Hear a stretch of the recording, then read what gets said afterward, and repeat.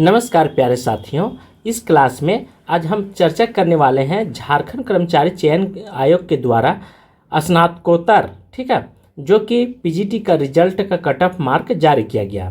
साथ में हम देखेंगे कि मुख्यमंत्री के द्वारा संज्ञान क्या ली गई है और थर्ड में कोर्ट के द्वारा क्या मामला आया है। जैसे आप देख रहे हैं न्यूज चैनल के माध्यम से कि पीजीटी के छात्रों ने बहुत दिनों से मोराबादी में आंदोलन कर रहे थे, उसी को संज्ञान में लेते हुए कोर्ट ने कट ऑफ मार्क जारी करने का आदेश दिया है। अब यह आदेश जो जारी किया गया वह 15 अगस्त को जारी किया गया, जिस दिन मतलब जेसीसी बंद रहती है, ठीक है, उस दिन जारी किया गया। अब सोचिए कि कितना तेज़ी से लोगों की परेशानी, मतलब अफसर कितना अचंभित थे, कितने एथी थे कि छुट्टी के दिन भी जारी कर दिया गया, जबकि ऐसा नियम नहीं कहता है कि छुट्टी दिन आप जारी कर सकते हैं। कोई भी सरकारी कार्यकाल जो होता है काम वो बंद होती है, ठप होती है। लेकिन अब यहाँ बात करते हैं भौतिक शास्त्र, फिजिक्स का, ठीक है। फिजिक्स में ज़रा सोचिए कि 291 नंबर, ठीक है, अंतिम विद्यार्थी था जो कि 291 नंबर लाया गया था। हुआ क्या था कि पीजीटी का एग्ज़ाम 2 पेपर का होता है, ठीक है, पेपर 1 और पेपर 2। पेपर 1 में क्वालिफाई रहता है और पेपर 2 में मेरिट लिस्ट बनती है। और दोनों जो है से 150 प्रश्न रहते हैं। अब दोनों मिलाकर के 300 प्रश्न हो गए। अब 300 प्रश्न, प्रत्येक प्रश्न की रहता है वह 1 नंबर का होता है, ठीक है। तो सोचिए कि 300 में 291 लाया है, जो कि मुश्किल है। कितना ही ब्रिलियंट रहेगा उसका दिमाग इधर उधर हो सकता है निश्चित। पिछड़ा जनजाति 288 लाया, 285 जो था से अंतिम चयनित अभ्यर्थी का नंबर है। इससे साफ जाहिर हो रहा है, संदेह के घेरे में है जेसीसी कि निश्चित है कि जितने भी काउंसिल मतलब जितने भी एग्ज़ाम लिया गया था सेंटर पर, ठीक है, इन सभी के विद्यार्थियों की जांच होनी चाहिए।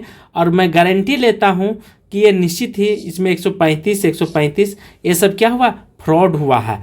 इतना मुश्किल है, ठीक है, हार्डली 125 130 के बीच में ही रहता, इससे ज़्यादा ऊपर जा ही नहीं सकता। ना तो क्वेश्चन उतना इजी था और ना ही उतना आसान था। अब यहाँ पे टीजीटी भौतिक शास्त्र का जो 2016 का मामला लटकी हुई थी। अब 2016 में जो काउंसिलिंग हुआ है, ठीक है, वहाँ पे रघुवर सरकार का हाथ था। अब नियम कहता है कि कोई भी काउंसिलिंग जो होता है वो स्टेट लेवल पर होता है, राज्य लेवल पर सभी जिला का। लेकिन उस समय क्या हुआ कि जितने भी विद्यार्थी का हुआ तो किसी जिला में 90 रहते हुए उसका चयन हो गया और किसी का 120 रहते हुए चयन नहीं हो पाया था। उसी को इन लोग लेकर के कोर्ट चले गए। अब कोर्ट लेकर गए तो इन लोग का 120 वाला का कहना था कि नहीं उसका 190 था, कैसे हुआ, फिर से काउंसिलिंग करवाया गया, ठीक है। जिससे क्या हुआ कि अभी तक रिजल्ट इन लोग का पेंडिंग है, किसी को नियुक्ति पत्र मिल रहा है और किसी को चल रहा है। अब यहाँ पे देखिए रसायन शास्त्र में 285 नंबर लाया है, सोच लीजिए, यह अंतिम विद्यार्थी था और 276 नंबर। कितना मतलब धांधली हुआ, किस स्तर से धांधली हुआ इसका अनुमान लगा सकते हैं। 143 157 इस तरह से यहाँ पे लाया गया अनुसूचित जनजातियों के द्वारा, ठीक है। और अंधापन जो है से 216 नंबर लाया है, जो कि निःशक्त था 251 नंबर। तो अब यहाँ पे मुख्यमंत्री जी को क्या संज्ञान लेना चाहिए, कोर्ट ने फटकार लगा दिया है। कोर्ट ने जब फटकार लगा दिया है तो जेसीसी के चेयरमैन वगैरह जितने भी अधिकारी थे उन लोग ने औनता देकर 15 अगस्त को जारी कर दिया गया है। तो संदेह के घेरे में तो निश्चित है कि आप 150 में 150 293 नंबर, देखिए यहाँ पे जीव विज्ञान में 293 नंबर दे देते हैं, 284 आ जाता है, 287 आ जाता है। अब दुनिया की कोई भी परीक्षार्थी से पूछ लें भारत के, या कोई भी जो एग्जामिनर है वो 293 ला ही नहीं सकता है, ठीक है।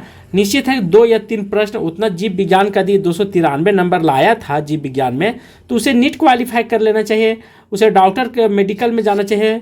लेकिन नहीं, वह टीचर के ही सेक्टर में क्यों गया, क्योंकि यहाँ पे पैसा चला है। पैसा लगभग 20 से 25 के बीच में लाख में, ठीक है, ये लाख के बात मैं कर रहा हूँ। इतना धांधली हुआ है। मैं एक जिला का नाम ले रहा हूँ, जैसे चतरा जिला।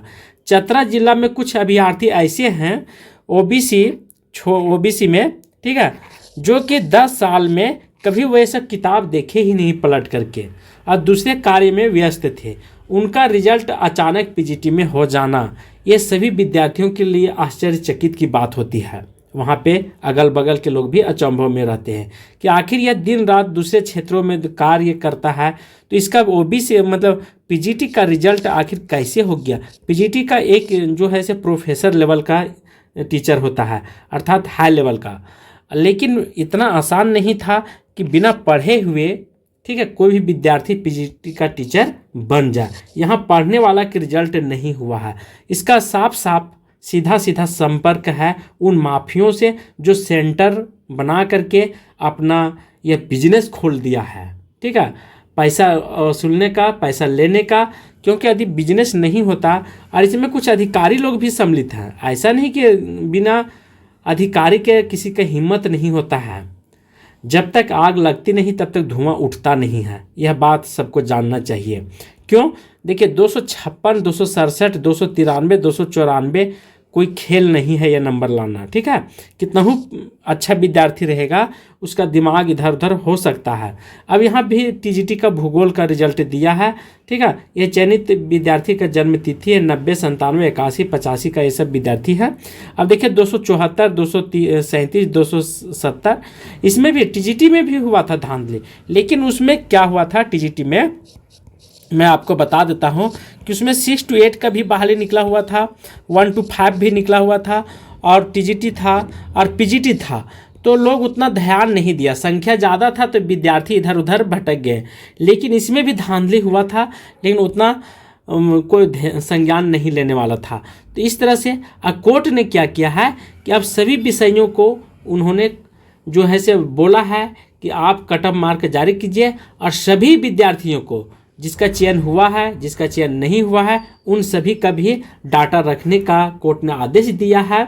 और मुख्यमंत्री जी अब 15 अगस्त को इन्होंने अपने भाषण में दिए कि हमने इतना इतना बहाली लिया, तो वे संज्ञान लें, और संज्ञान लेने के बाद वो सही दिशा में एक नया कदम उठावे, जिससे यहाँ के लोगों को संतुष्टि मिले, विद्यार्थी पढ़ने वाले को भी संतोष हो, और उनकी माता पिता जो अपने बच्चों को पढ़ा रहे इतना खर्च करके, यदि ऐसा धांधली होते रहेगा तो कौन देगा पीजीटी का एग्ज़ाम, क्यों फॉर्म भरेगा। एक तो खर्च होती आने जाने में हर तरह से, और झारखंड के ही युवा परेशान नज़र आते, क्योंकि यहाँ के मुख्यमंत्री जो है से कभी एग्ज़ाम से पहले जो है से संज्ञान नहीं लेते हैं। उनको पता ही नहीं चलता कि क्या हो रहा है राज्य में, क्या नहीं हो रहा। यदि जिस दिन संज्ञान लेना प्रारंभ कर देंगे और हर सेंटर के जितने भी हैं वहाँ के सेंटर लेने वाले लोगों को साथ बैठक करें और उनको सख्त निर्देश दिया जाए कि जरा सा मिस्टेक हुआ तो तुम लोग जेल के हवाला में रहोगे, 10 साल की सज़ा हो जाएगी। कैबिनेट ने पास हुआ, ठीक है, नियम हेमंत सोरेन ने कैबिनेट ने पास कर दिया, लेकिन उस बात का, उस नियम का जरा सा भी अमल नहीं किया गया। और यह सब मिली भगत है सभी अधिकारियों का। मैं मानता हूं कि मुख्यमंत्री जी का इसमें गलती नहीं है, लेकिन उनकी चमचा जो उनके अधिकारी हैं उन सभी के मिली भगत है, ठीक है। तो सभी विद्यार्थी अब कोर्ट का इंतज़ार कर रहे हैं। एक मामला आया तो नोटिफिकेशन जारी किया गया, अर्थात कट ऑफ मार्क जारी किया गया। अब देखिए कि 20-22 अगस्त को फिर से कोर्ट ने संज्ञान लेने का, निर्णय लेने का प्रस्ताव रखी है, क्या होता है। और मुख्य शिक्षा सचिव जो हैं उनसे भी कोर्ट में संज्ञान लेगी कि आखिर इस तरह की मामला क्यों उठती है। अब यहाँ पे मुख्यमंत्री जी का होशियार होना चाहिए और उनको संज्ञान लेनी चाहिए, जांचना चाहिए कि हर मामला जो है से कोर्ट में जा कर के चली जाती है। राज्यपाल महोदय को भी संज्ञान लेने चाहिए। आखिर जब तक आग लगती नहीं है तब तक धुआं उठता नहीं। कोई भी विद्यार्थी का इतना शौक़ नहीं कि मोराबादी में 30 दिन 40 दिन तक ले इस धूप गर्मी में पानी में जा कर के आंदोलन में खड़े रहें, ठीक है। किसी का शौक़ नहीं, न किसी माता पिता का, न किसी का उतना यही है कि मैं उसकी कुर्सी को हिला दूँ, गिरा दूँ। ये सब विद्यार्थी की भावना नहीं होती है। एक सच्चा विद्यार्थी वही होता है जो राष्ट्रीय हित में, राज्य हित में, दूसरों के हित में सोचता है। अब यहाँ पे 2500 अभ्यर्थी का चयन किया गया है। 500 कुछ अभ्यर्थी पद जो है से खाली हुआ। अब 2500 अभ्यर्थी का चयन हुआ है।